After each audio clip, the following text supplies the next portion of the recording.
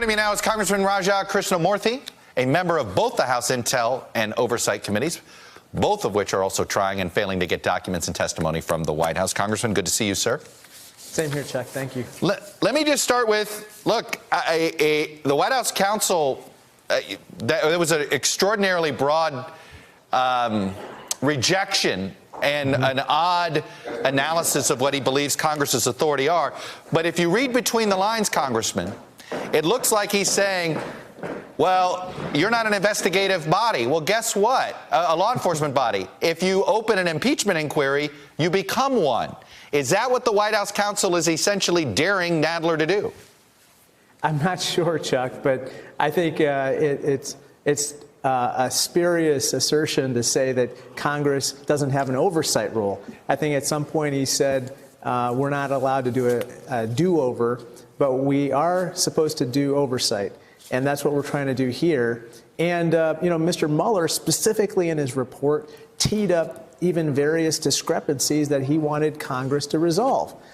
Just the other day, as you saw in the Senate with the Intelligence Committee there, on a bipartisan basis, they subpoenaed Don Jr. because there were discrepancies that came up through his testimony before the Senate Intelligence Committee and what was reported in the Mueller report. So that's valid, a valid inquiry and valid oversight.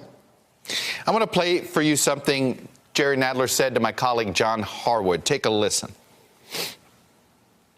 So do you agree with Speaker Pelosi, who said the other day that he is self-impeaching by his conduct, making it impossible for you to avoid that? He's making it increasingly difficult. No questions are being answered about any subject. And then when subpoenas are issued, he has a blanket command to disobey all subpoenas.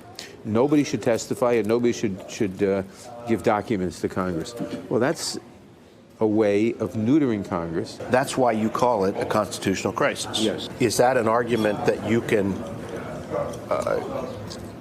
make the American people see and understand and accept? I think so. Congressman, do you, and the reason I say this is, to a lot of, when you go out and cover the campaign trail on the presidential side, a lot of voters are just, they look at all of things that you're doing with white noise.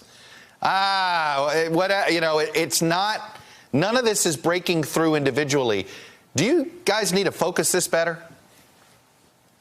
Well, I think, I've had various town halls, and I think people are paying attention to the Mueller report. I think that they know that something really bad happened, and they want us to do oversight. At the same time, they want us to walk and chew gum at the same time. They want us to perform our investigations and make sure that there's a check and balance on the executive branch, and at the same time work on legislation that helps with their pocketbook priorities. So, for instance, tomorrow I'm looking forward to passage of very important legislation to bring down the cost of prescription drugs. All right, but let me ask you this. At some point, you're making requests to the White House. They're rejecting it. You make more requests. They reject it. You have to, maybe you go to court. Maybe you hold into contempt. At some point, do you have to say, okay, you don't comply by this date, then we're going to make our next move? Well, I think that one thing that they are definitely trying to do is they're adopting a litigious strategy. And for instance, with regard to our Oversight Committee, we asked for financial records from the Mazars firm, and then they went to court. And I think they were hoping to drag out the proceedings. Sure. And what happened instead was that the court expedited the proceedings, and a hearing was held on Tuesday. And so I think that the courts will enforce our subpoena power. I think the last time that a court did not was during the presidency of Rutherford v. Hayes.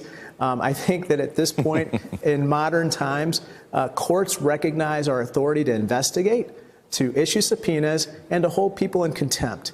And so we are going to do that if that's what's required to have a check and balance on the executive branch.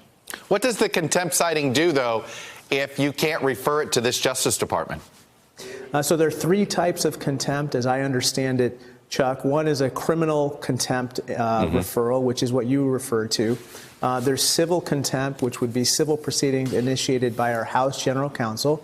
And then there's a third type of contempt called inherent contempt.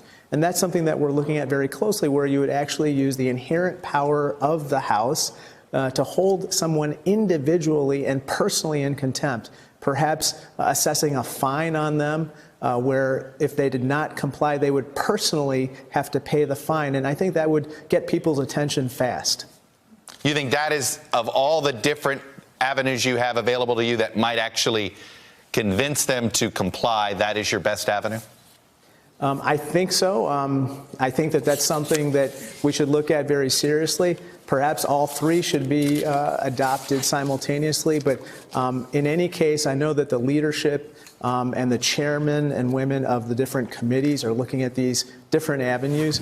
I have to say one thing, which is that, with regard to Don Jr., just as an example, his father told him not to testify. I think the White House counsel may have said you shouldn't testify. I think Lindsey Graham even told him not to testify. Well, it turns out he's going to testify. He is cooperating with the Senate Intelligence Committee. And, what does that tell you? What does that tell you? That why he did that? Like, does that because I think the same thing. I thought, well, okay, maybe they will break. There's, I think it's one of those things where when you feel it personally, I think you start making decisions differently than when other people are giving you free advice.